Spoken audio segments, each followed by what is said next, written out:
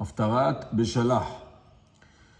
ותשר דבורה וברק בן אבינועם ביום ההוא לאמור, בפרוע פרעות בישראל, בהתנדב עם, ברכו אדוני, שמעו מלכים, האזינו רוזנים, אנוכי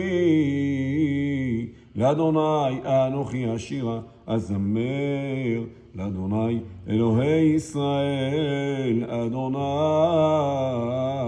נשאתך משעיר וצעדיך משדה אדום, ארץ רעשה, גם שמיים נטפו, גם עבים נטפו מים, הרים נזלו מפני אדוני, זה סיני מפני אדוני, אלוהי ישראל. בימי שמגר בן ענת בימי יעל, חדלו אורחות, והולכי נתיבות ילכו אורחות, עקלקלות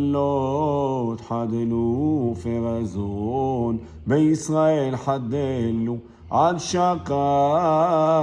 דבורה, שקמתי אם, בישראל נבחר אלוהים חדשים, אז לכם שערים, מגן עם יראה ורומח, ב40,000.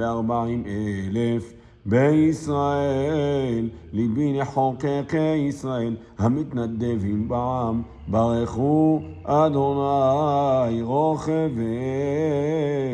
אתונות סרחורות, יושבי על מדין, והולכי על דרך, שיחו מכל מחססים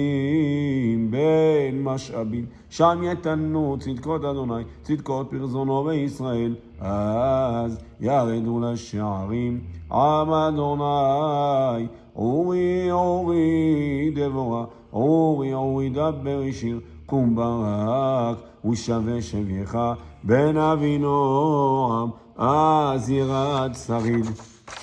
לאדירים עם אדוני, ירד לי בגיבורים מני אפרים, שורשם בעמלק, אחריך בנימין בעממך מני מחיר, ירדו מחוקקים ומזבולון מושכים,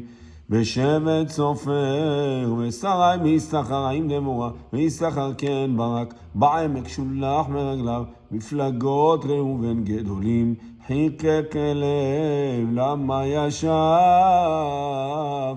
בין המשפטיים, לשמוע שריקות עדרים, מפלגות ראובן גדולים, חיכה לב גלעד, מעבר הירדן שכן ודן, למה יגור אוניות אשר ישב